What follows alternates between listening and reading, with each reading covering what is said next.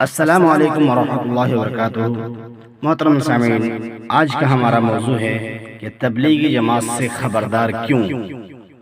تو آئیے میرے بھائیو اور دوستو، ہم جاننے کی کوشش کرتے ہیں اس سلسلے میں ایک معزز عالم دین شیخ عبدالعزیز بن باز رحمۃ اللہ علیہ کا اس سلسلے میں کیا فتاویٰ ہے۔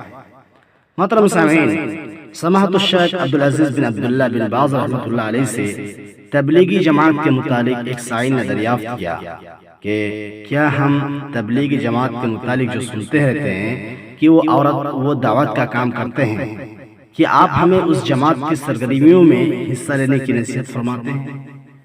امید ہے کہ آپ اس بارے میں میری نصیحت اور توجیہ چاہیں گے۔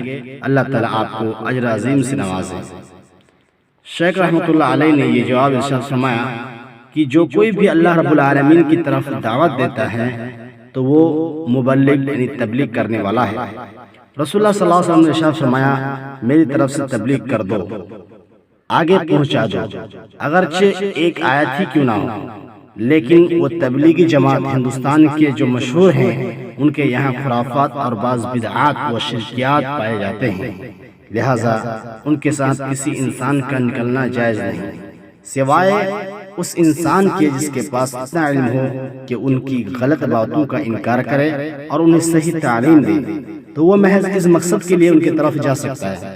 البتہ اگر اس لیے نکلا جائے کہ ان کی پیروی کرنی ہے تو ہرگز نہیں، کیونکہ ان کے پاس خرافات اور غلطیاں ہیں، ان کے پاس علم میں نقص ہیں۔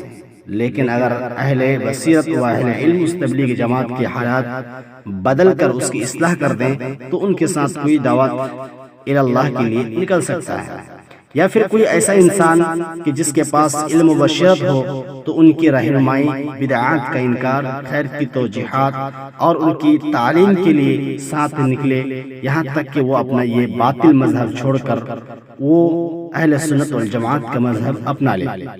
محترم سامعین، کیسٹ بعنوان فتاویٰ سماحت الشیخ عبدالعزیز بن باز علی جماعت التبلیغ یعنی تبلیغی جماعت کے بارے میں سماحت الشیخ عبدالعزیز بن باز کا فتویٰ سے تحریری شکل میں لایا گیا۔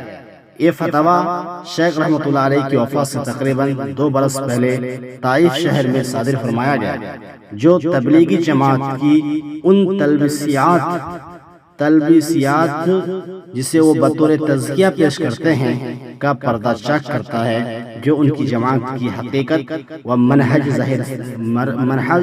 ظاہر ہونے سے پہلے شیخ رحمۃ اللہ علیہ نے قدیماً صادر فرما دیا تھا۔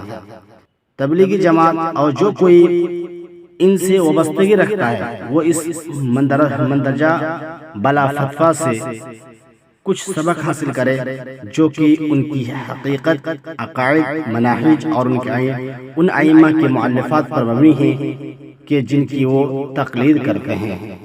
شکراً، جزاکم اللہ خیر۔